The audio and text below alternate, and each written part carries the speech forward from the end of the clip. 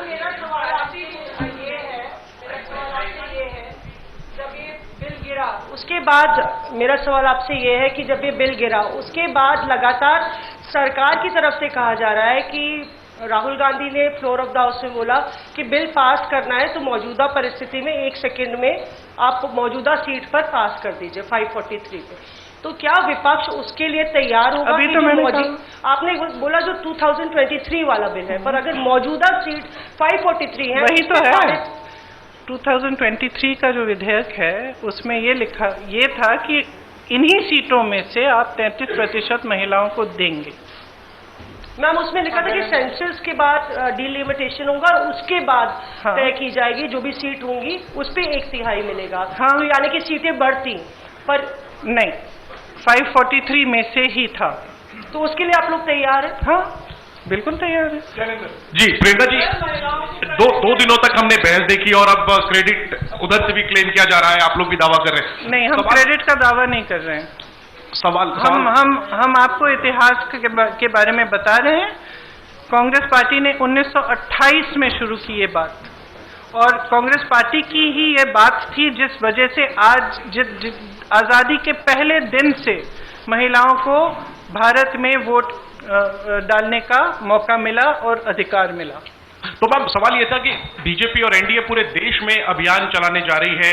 आपने देखा कि कल शाम को प्रदर्शन हुए, देश भर में प्रदर्शन हमने देखा बीजेपी की तरफ से, और ये दिखाने की कोशिश है कि महिला विरोधी है कांग्रेस और इंडिया अलायंस। इसकी काट में आप लोगों की तरफ से क्या कोई अभियान चलाया जाएगा? क्या रणनीति होगी कांग्रेस की और इंडिया अलायंस की इसकी काट के लिए? जो बात आप कह रही है वो देश के आम लोगों तक कैसे ले जाएंगी?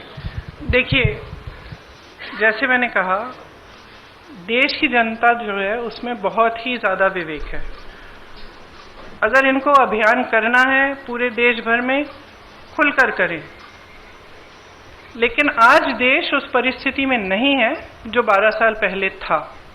और शायद कभी कभी ये होता है कि जब सत्ता बढ़ जाती है लोग सच्चाई नहीं बताते हैं नेताओं को। तो इस पूरे ये जो पूरा पिछले 2-3 दिनों में हुआ, इससे कुछ हद तक ये भी दिख रहा है कि ये समझ नहीं पा रहे हैं कि आज भारत बदल गया है।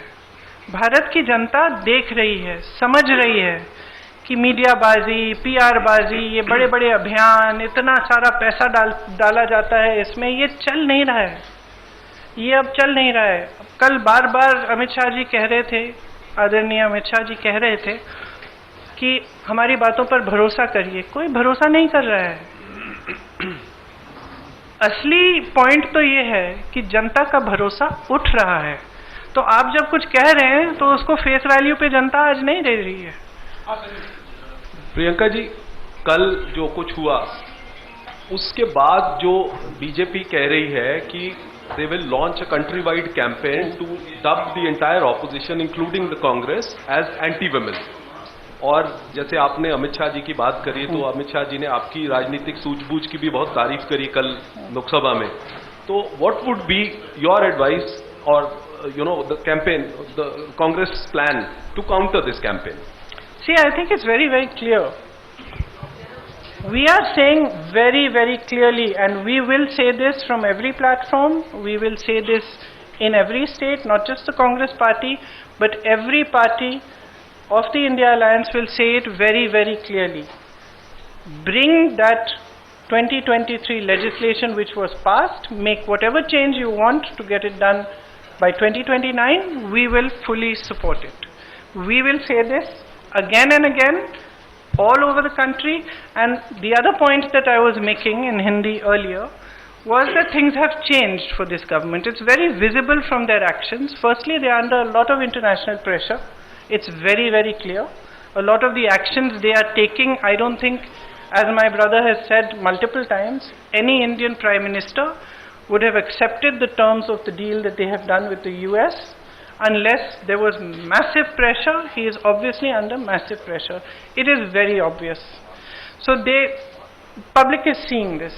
The public continues to suffer with multiple problems. The price of gas, price of fruit, vegetables, everything has gone up, and especially the burden of this is on the shoulders of women. And it's across class, across caste, it does not matter whether you're a rich woman, poor woman, whether you live in an urban center, whether you live in the villages, your problems are increasing. And there is nothing coming from the government to resolve them. So the public can see it. So they can take their Mahila Morcha in front of whoever's house they want. They can make as much tamasha as they want. This country has now awakened to the fact that they do not stand by their words. They cannot be trusted, and certainly women cannot trust them, because we have seen their attitude and their behavior on multiple occasions. So I think it's very clear they can do what they like. The public is seeing everything very, very clearly. And the chronology of their, the last few days, the way they have brought this bill, the things they have attached to it, the delimitation, the 2011 census, it's very clear. They knew this bill is not going to be able to be passed. They just wanted the political credit. Simple as that. कई सवाल हैं, आपके पास वक्त है ना? हाँ, सीधा। पति का जन्मदिन है तो थोड़ा शॉर्ट रखिए। मैम ये सवाल ये है, मैम सवाल ये है, यहाँ पे विमेंस कर लेते हैं। Okay, after this one. Ma'am सवाल ये है कि आप लोग कह रहे थे कि ये वुमेन रिजर्वेशन बिल सिर्फ एक ढाल है, पीछे से एक मंसूबा डिलिमिटेशन पास कराना है। अभी भी डिलिमिटेशन बिल के लिए कल जब जो मंत्री किरण रिजिजू है उन्होंने कहा कि बाकी दो बिल अब मैटर नहीं करता है, इसको हम बाद में पुटअप करेंगे। डिलिमिटेशन की मैं बात कर रहा हूँ, उस पर आप लोग कैसे आगे इसको चीज रखेंगे? हमारा स्टैंड बहुत क्लियर है, पूरे अलायंस ने अपना स्टैंड बहुत क्लियर किया है, और इस वोट से और भी